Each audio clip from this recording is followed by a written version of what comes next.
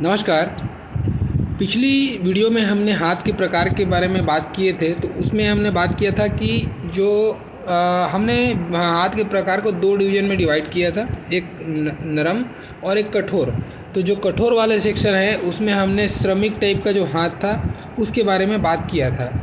आप देख पा रहे हैं इसमें ये जो हम बात किए हैं श्रमिक टाइप का हाथ, जिसको हमने बोला था कि सत्वहीन होता है और कठोर चमड़ी होती है, ये सारे डिटेल्स हमने दिए थे। आज का जो मेरा मेन टॉपिक है वो है स्क्वायरिश हैंड। स्क्वायरिश हैंड जैसे आप नाम से ही समझ रहे होंगे कि स्क्वायरिश मतलब वर्ग आकार, अगर हिंदी में बात करें तो इसमें क्या रहता है, जैसे आपकी करतल की बात करें तो ये करतल हो गया।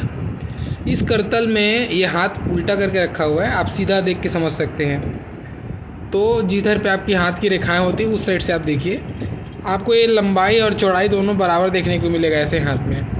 और साथ ही साथ में ऐसे हाथ की उंगलियां में भी लास्ट का जो ऊपरी हिस्सा है वो चौरस दिखाई देगा, आपको ऐसा चौरस दिखाई देता है। ये जब स्टेप का आपको हाथ का डिज़ाइन देखने को मिलेगा, इसको बोलते हैं हम लोग वर्गाकार हाथ। तो ये भी एक सफल कैटेगरी में बात किया गया है। ये टाइप ही सफल लोगों के हाथ में देखा जाता है, अच्छी कैटेगरी है। इस हर हाथ के प्रकार में कुछ अच्छी बातें तो कुछ बुरी बातें भी हैं, तो मैं सब चीज़ मिला के आपको इसकी जो बेसिक चीज़ें हैं जो हमको इस हाथ को देखने से ही समझ में आ जाती हैं कि ये चीज़ें तो बंदे के साथ इतनी सारी चीज़ें होनी फिक्स है, बाकी चीज़ें तो उसकी रेखाएं फिर उसमें ऐड करेंगी, जो भी है चेंज होगा, लेकिन ये बेसिक चीज़ें जो है ना आपको ज़रूर देखने को मिलेंगी। जैसे कि आप देखोगे ऐसे लोगों के साथ में होता क्या है, ऐसे लोग पहला चीज़ तो दीर्घायु होते हैं। ऐसे लोग बड़े लंबी, इनकी जो एज है ना काफ़ी लंबा जीते हैं लोग, ये अच्छा ऐसा बोल सकते हो। दूसरा चीज़ ऐसे लोगों का आप देखोगे एक नेगेटिव पॉइंट क्या आता है, ऐसे लोगों को मैंने अक्सर देखा है लड़के संतान ज़्यादा होते हैं। लड़कियां ऐसे लोगों की या तो नहीं होती या फिर बहुत ही रेयर केस में मिलेगा आपको कि ऐसे लोग की लड़कियां हैं, नहीं तो ऐसे लोगों को लड़के संतान ज़्यादा देखने को मिलता है। और ऐसे लोगों का वैवाहिक जीवन में थोड़ा सा तकलीफ आता है। ये क्यों आता है? क्योंकि ये बड़े थोड़े से मतलबी टाइप की पर्सनालिटी होते हैं इन लोग।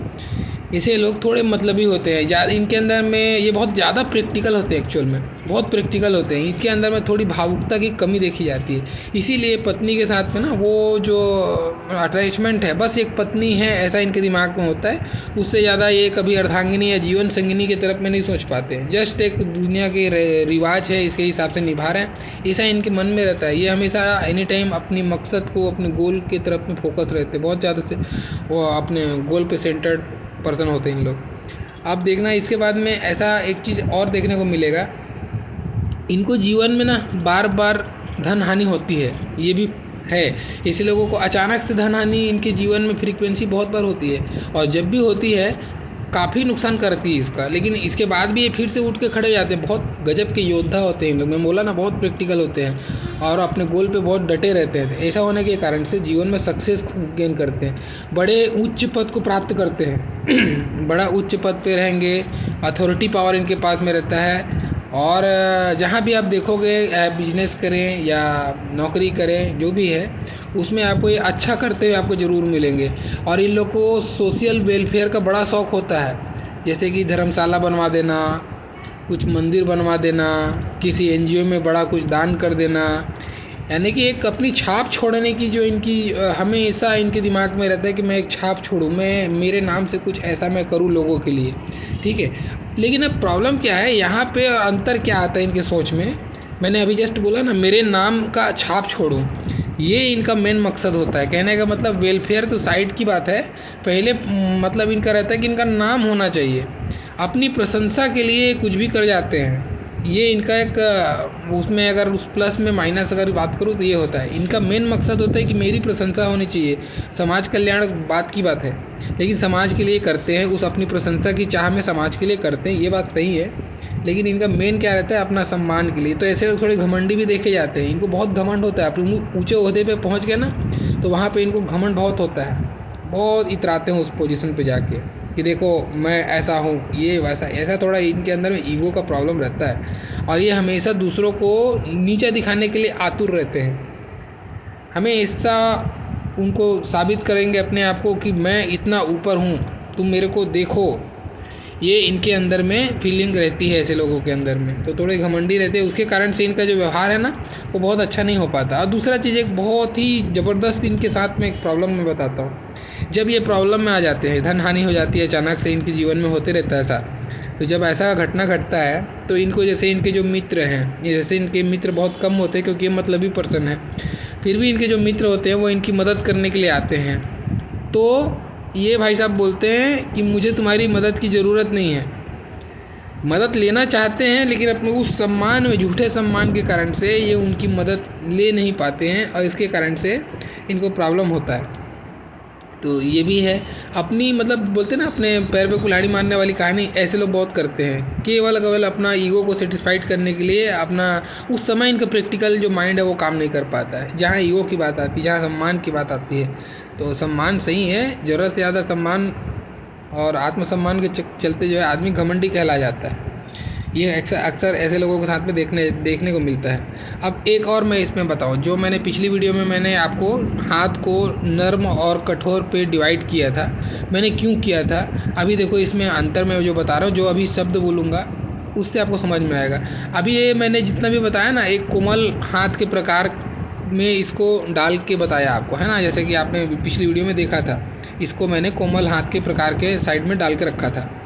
अभी यही चीज़ सपोज़ कीजिए कि ये उंगलियां चौरस हैं, सारी चीज़ें जैसी थी वैसी वर्गाकार हाथ में वैसी ही है, बिल्कुल ऐसा ही है, बिल्कुल जैसे मैं बता रहा हूँ। लेकिन क्या है, इसकी चमड़ी बहुत कठोर है। जो हाथ नरम होना चाहिए वो अभी कठोर है। तब क्या इसके फल एक ही जैसे होंगे? नहीं। तब इसके फल में कितना अंतर आता है देखिए। अब ऐसे लोग क्या हो जाएंगे ना, बड़े निर्मम, बहुत निर्दयी टाइप के हो जाते हैं, क्रोधी, अहंकारी। इनका दृढ़ निश्चय तो होगा, स्क्वायरी सेंड है तो दृढ़ निश्चय होगा, जिद होगा इनको अपने कार्य के प्रति, लेकिन ये दूसरों की बातों पर भी ध्यान नहीं देते और हमेशा दूसरों की निंदा करने में बहुत समय बिताते हैं। दूसरे की निंदा करेंगे और अपनी प्रशंसा करेंगे, दूसरे की निंदा और अपनी प्रशंसा, बस यही इनका काम रहता है और इसी से वो खुश होते रहते हैं, क्योंकि इनके अंदर वो काबिलियत नहीं रह जाती, वो पैनापन नहीं रह जाता, इनके धार नहीं रह पाती इनके काबिलियत पे जितना कोमल हाथ में था। तो ये दूसरे की निंदा करके, अपनी प्रशंसा करके वहीं तक खुश रहने की कोशिश करते हैं।